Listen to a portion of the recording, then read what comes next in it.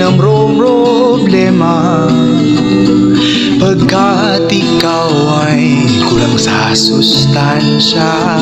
Huwag kang mag-alala, may pag-asa pa, ika'y sumigla. Gusto kumain ng kanin. Gusto mo kumain ng kanin because? Kasi gutom ako. Lagi ka na lang gutom. Ano ba?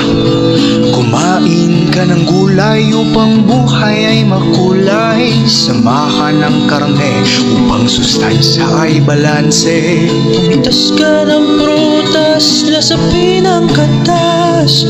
Uminom ka ng gatas at maging malakas. Masamay, paghalu-haluin at lasapin ang buhay natin. Ikaw ba ay hinang-hinala? Di alam kung anong magagawa. And I think it's time for you na mag-ehersisyo ug mukaon og sakto. Gusto ko kumain ng kanin. Bakit? Kasi gutom ako. Kumain ka ng gulay upang buhay ay makulay. Samahan ng karne upang sustansya ay balanse. Pumitas ka ng prutas at lasapin ang katas. Uminom ka ng gatas at maging malakas.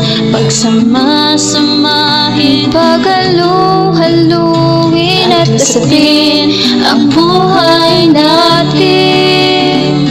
Kumain ka ng gulay upang buhay ay may kulay. Samahan ng karne upang sustansya ay balanse. Pumitas ka ng prutas, lasapin ang katas. Uminom ka ng gatas at maging malakas. Pagsama-samahin, paghalu-haluin at lasapin ang buhay natin. Pagsamasamahin, paghalu-haluin at lasapin ang buhay natin. At lasapin